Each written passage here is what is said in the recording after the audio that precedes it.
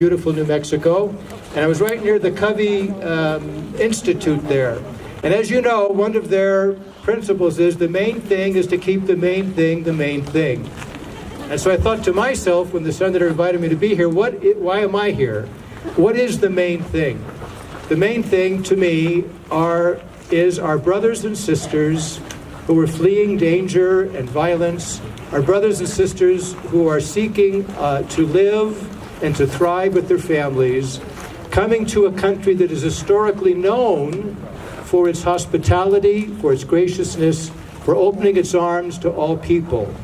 And so the main thing is the people that we're dealing with, and to treat them with respect, to treat them as brothers and sisters, to treat them as one of our own, and not to separate their families, not to put them down, not to refer to them with derogatory words, but to be respectful. If I come across somebody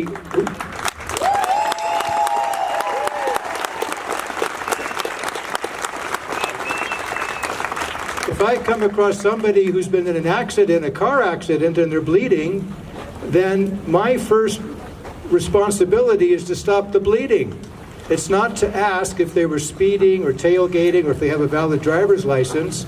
Those things come later. And so I believe that we're called here today to raise our voices, to be a voice for the voiceless. As we know from reading the papers and all, we've talked to the immigrants who are speaking to us. One mother said the other day that she's had a loaded gun put to her head. Her daughter was threatened with rape. Her son was threatened with execution if he didn't join this gang. She had no choice. What else could she do? And so these are the people that we need to reach out to keep the main thing the main thing.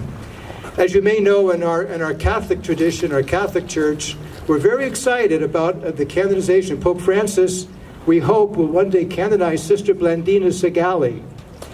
Sister Blandina, some of you know, she was a wonderful pioneer woman, a woman of great strength. Imagine, she lived to be 91, but in the late 1800s and early 1900s, she formed orphanages and schools and hospitals here in New Mexico. But in particular, she really had an eye for the immigrant. She saw in the immigrant the hope of our future. And she cared for the immigrant and loved the immigrant. Those same immigrants that she cared for have helped to build our country and to make this country truly great because of our immigrants.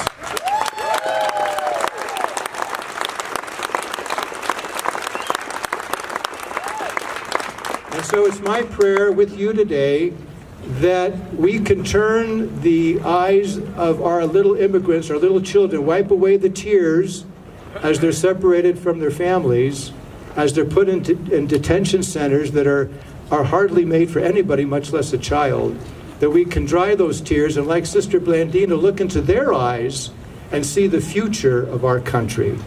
Let us pray.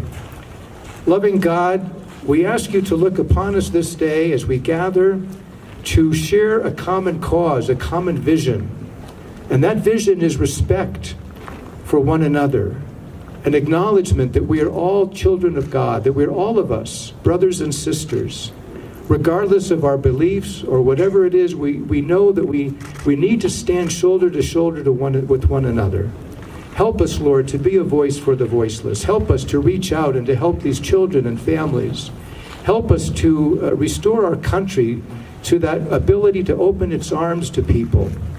Help, Lord, to all those involved in this debate, in this fight, in this cause, and look upon us this day in a special way and bless our leaders, our Senator Heinrich and all of our leaders, and give them the courage and the prudence and the ability and the wisdom to help us to forge a path and to finally find comprehensive immigration reform. We ask you this, Lord, in confidence today. Amen. Amen.